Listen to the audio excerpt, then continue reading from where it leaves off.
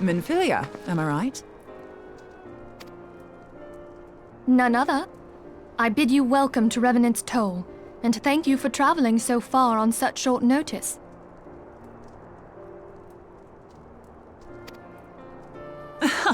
As if I could ever say no to Urianger.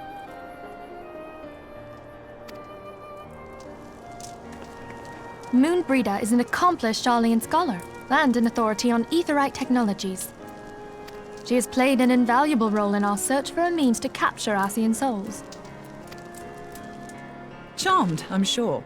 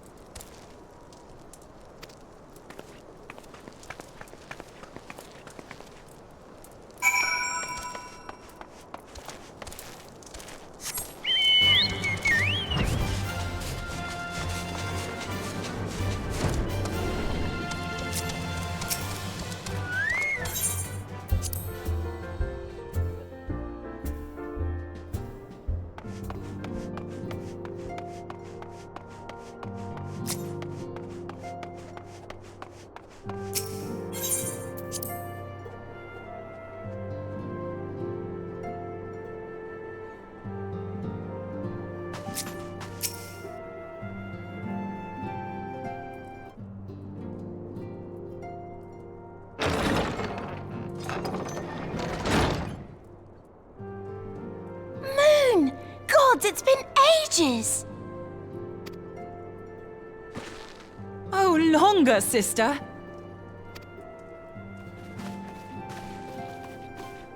A joyous reunion indeed. Well, of course it is. Moon and I are like twin sisters. Save in appearance and aptitude.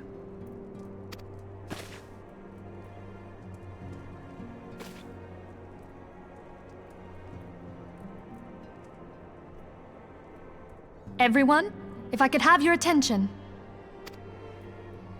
We have with us an esteemed guest who has come from Sharlayan to assist us.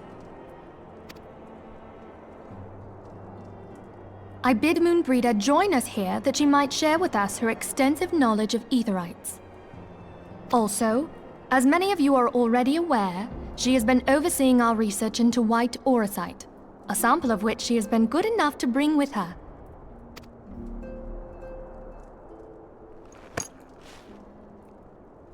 Well, I had to come, didn't I?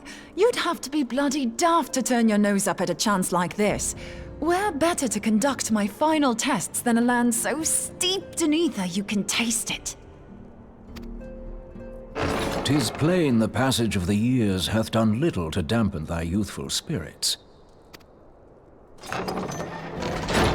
And nothing at all to reform thy youthful manner.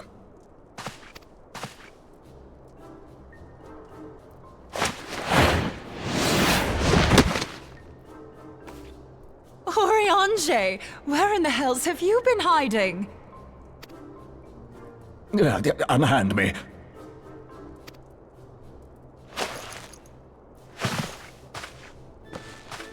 I come all this way, and that's what you have to say to me. I much preferred when you were pleading with me to drop everything and hurry to your side. What was it you said? None save thee can satisfy this need. Go on.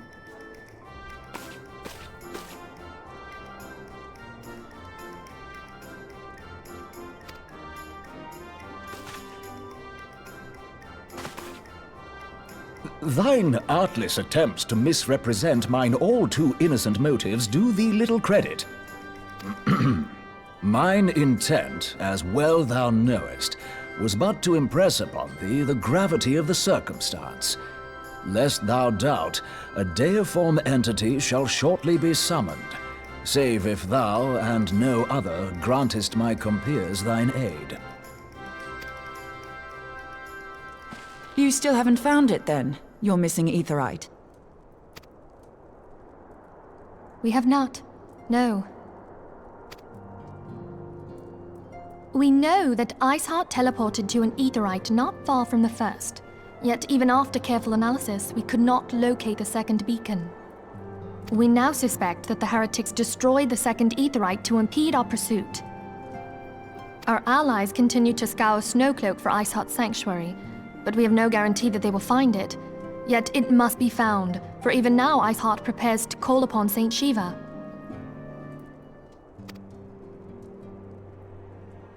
I'm sorry, but if the Aetheryte's been destroyed, then that's that. Although, you're absolutely sure she used the first Aetheryte, are you? She didn't just use teleportation magics? One of our own bore witness to her escape.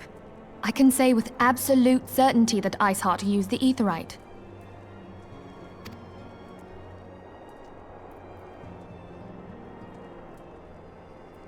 In that case, there might be a way, so long as the ethereal current is still flowing. Truly? How? We use the current to recreate the beacon. As you know, Aetherites are a bit like lighthouses. We use them to reconstitute our physical forms when crossing the ethereal sea. Without them, we'd lose all sense of direction and our essence would dissipate. However, we don't rely solely on these beacons. There are currents of ether which flow between them, currents which help guide us to our destination. Now, these currents will gradually dwindle away to nothing if an Aetherite is destroyed. But if even a sluggish flow remains, we could theoretically use it to direct a surge of concentrated ether towards the void left by the beacon, and thereby fill it up again. Like opening the floodgates to fill a dry riverbed. Though, correct me if I'm wrong, but would we not need a veritable reservoir of ether? In concert, we might manage to channel a sufficient volume, yet that is not my chief concern. To direct the flow of so great a volume of ether with the requisite precision would be a nigh impossible task in itself.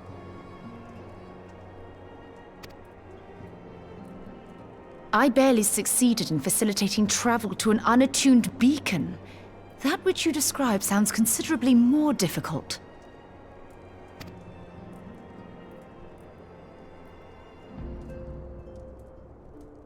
And dangerous!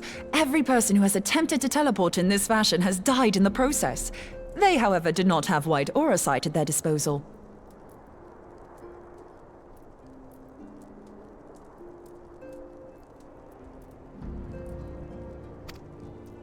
I can use it to channel all the ether you can give me into the Aetherite. However, White Aura Sight cannot retain ether for an extended period of time, so we would need to infuse it immediately beforehand. Just so you know, I'd confidently give this plan better than even odds of success. And if the worst comes to worst, your people won't suffer.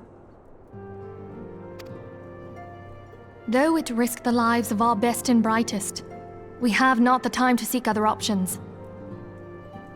If the ethereal current still flows, we shall carry out Moonbreeder's plan.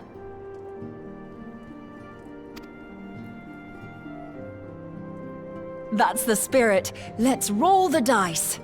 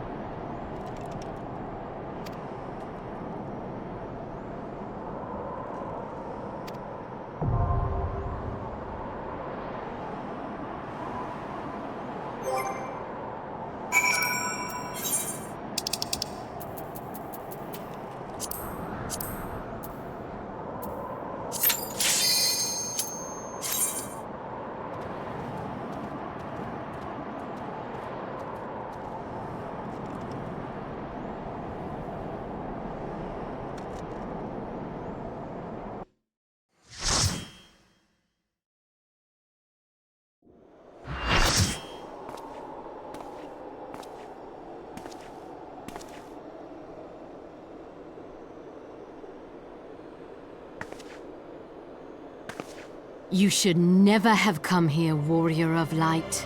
I labor only to forge a lasting peace. A peace you would deny us out of ignorance and blind faith. No matter. If it is our fate to be at odds, then it is mine to strike you down. We whom gods and men have forsaken shall be the instruments of our own deliverance. Partake of my flesh. Fill this vessel with your light. Walk amongst your brothers and sisters once more. Oh, Saint Shiva, still the hatred within our hearts and bless us with eternal grace.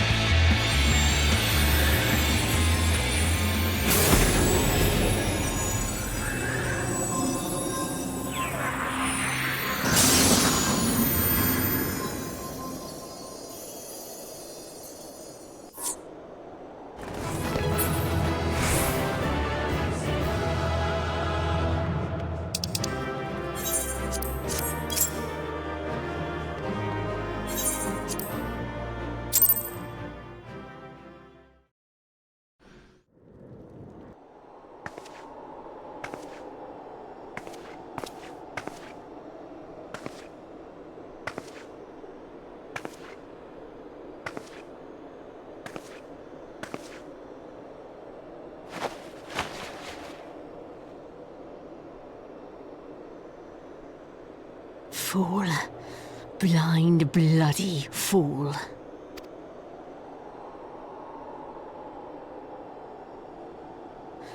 You, of all people, should understand the suffering war begets. That no sacrifice is too great if it brings an end to the violence. Mine is the righteous cause.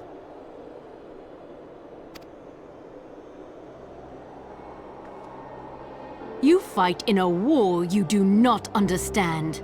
A pawn of liars and schemers. And they are no less ignorant than you, following the creed of their fathers without question, never thinking to ask why.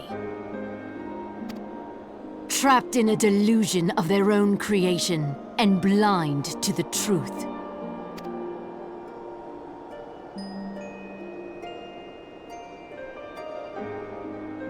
Warrior of Light, redemption is not beyond us. We who walk before may lead those who walk after. Seek the Keeper of the Lake. See with eyes unclouded.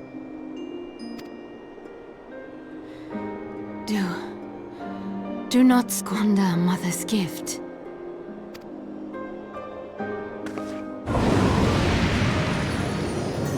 Hear, feel, think.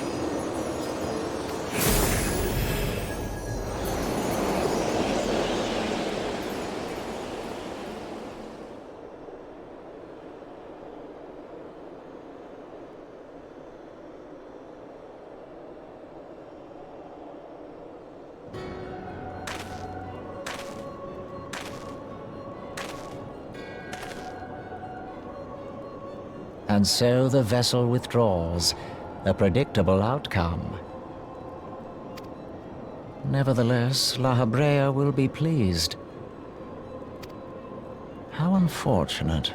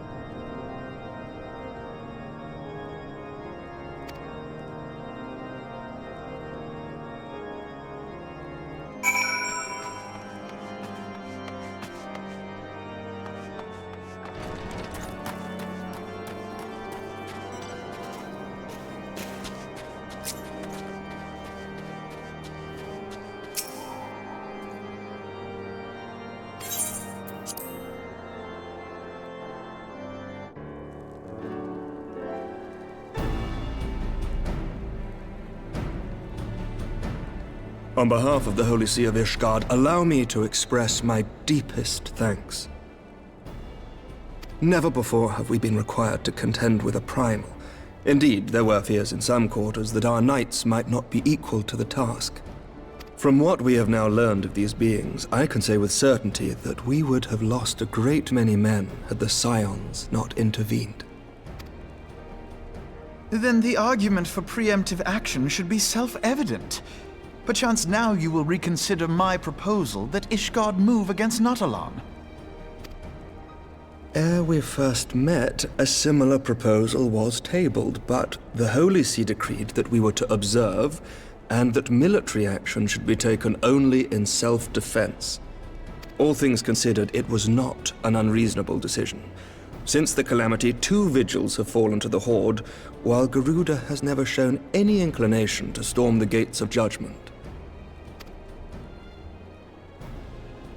Which is why this unprecedented crisis and its resolution may prompt a change in policy.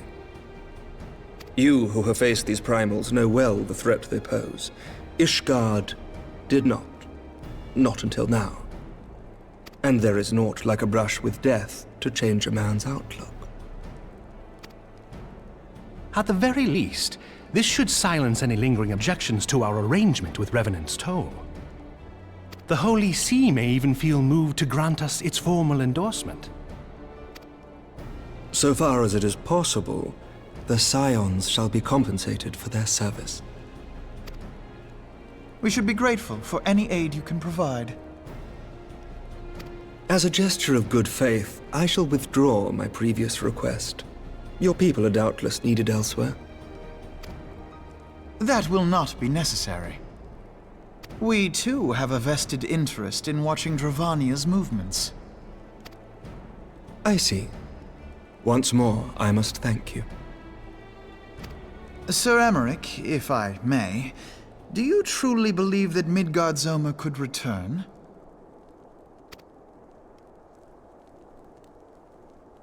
The heavens are a window unto truth, but those who interpret their movements are not infallible. I requested your involvement as a precautionary measure.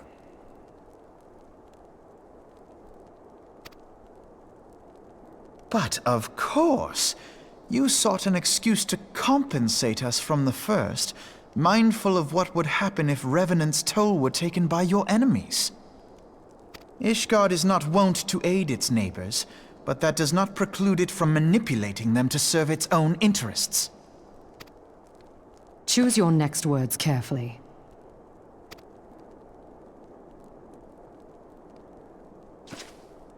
Do you know what sort of man becomes Lord Commander of the Temple Knights? One who comes from good stock. I did not. Yet here I am now. Why do you suppose that is? Because I swiftly learned to tell the difference between words, deeds, and beliefs. You are correct, Master Leveilleur. Ishgard desires to see Revenant's Toll flourish, as it would present a troublesome obstacle to our enemies from the south.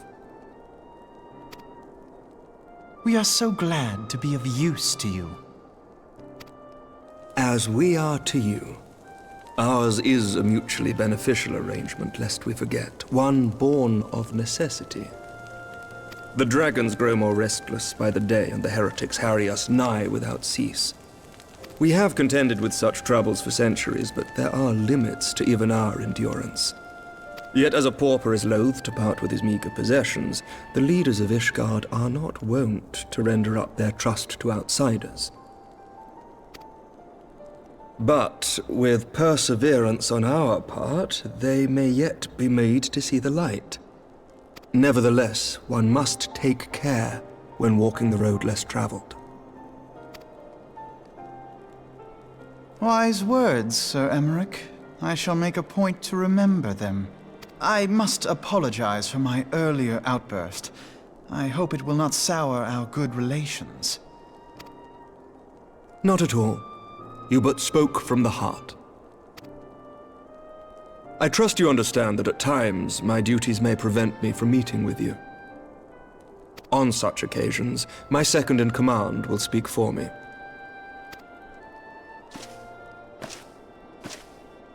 Lucia, at your service. Pray excuse our reticence. We are but wary of speaking too freely, lest our sentiments be made known to our enemies. Know that the Lord Commander and I are of one mind. For the sake of Ishgard, and of Eorzea at large, I pray our peoples can put aside their differences. Those who dwell in the past risk losing sight of their future. Should aught befall one of our shipments, pray inform Lucia immediately. You may also relay to her any words you might have for me alone. Not being of Ishgardian birth, she owes no allegiance to any noble house, making her as near to incorruptible as one can find in my homeland. Suffice it to say, I trust her completely, and so may you. Which reminds me, Lord Orchefort, if you would be so kind? Certainly.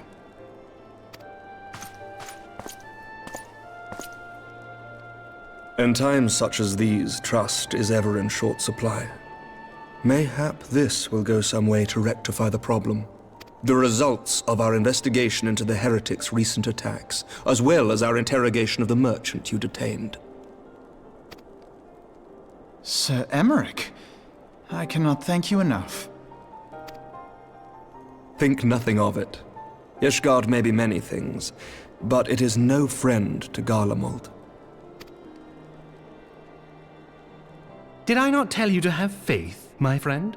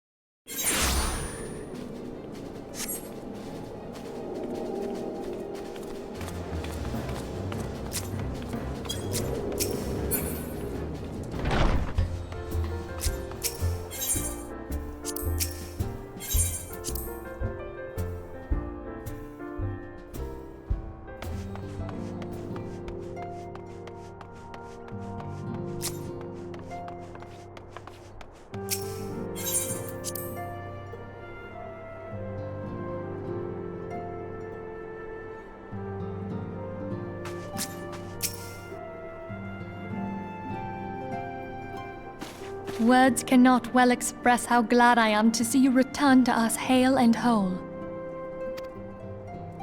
Needless to say, I am most eager to hear your account of that which occurred in Kurthis, assuming you're ready to speak of it. Excellent. I shall summon the others at once.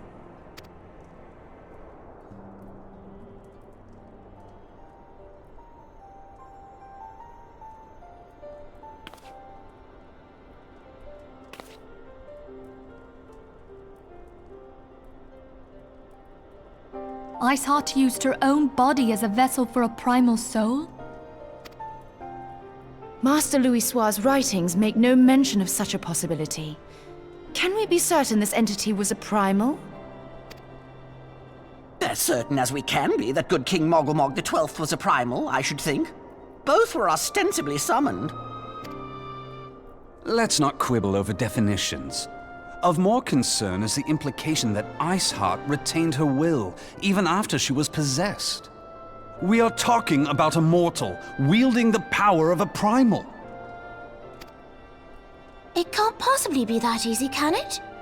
There must be some sort of sacrifice required. Or maybe she's just special?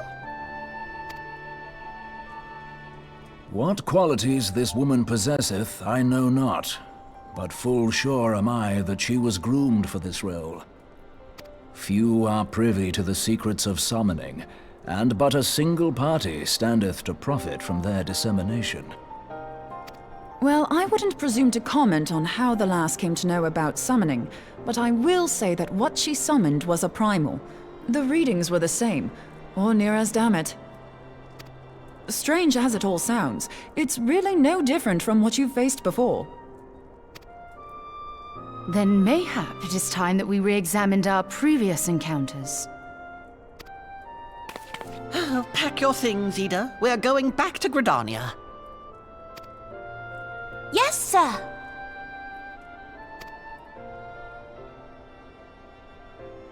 About Iceheart's final words to you. Hear, feel, think. Hydaelyn speaks to her as well. If Iceheart is blessed with the power of the Echo, she will doubtless have used it to further her goals. Or could it be that it was a revelation granted her by the Echo which first set her on this path? Do you think she has knowledge of the origins of the Ishgardian-Dravanian War? It would do much to explain her unwavering conviction. Did not the Lady Iceheart implore thee to seek the Keeper of the Lake? And did she not imply that in so doing thou wouldst come to see with eyes unclouded? Midgard-Zoma was a king amongst kings who reigned for centuries on end. But he is dead and his wisdom lost to the ages. Unless the Ishgardians' fears are well-founded. It would seem we have yet another reason to stand watch over the Keeper of the Lake. For a mercy, we are well positioned to do so.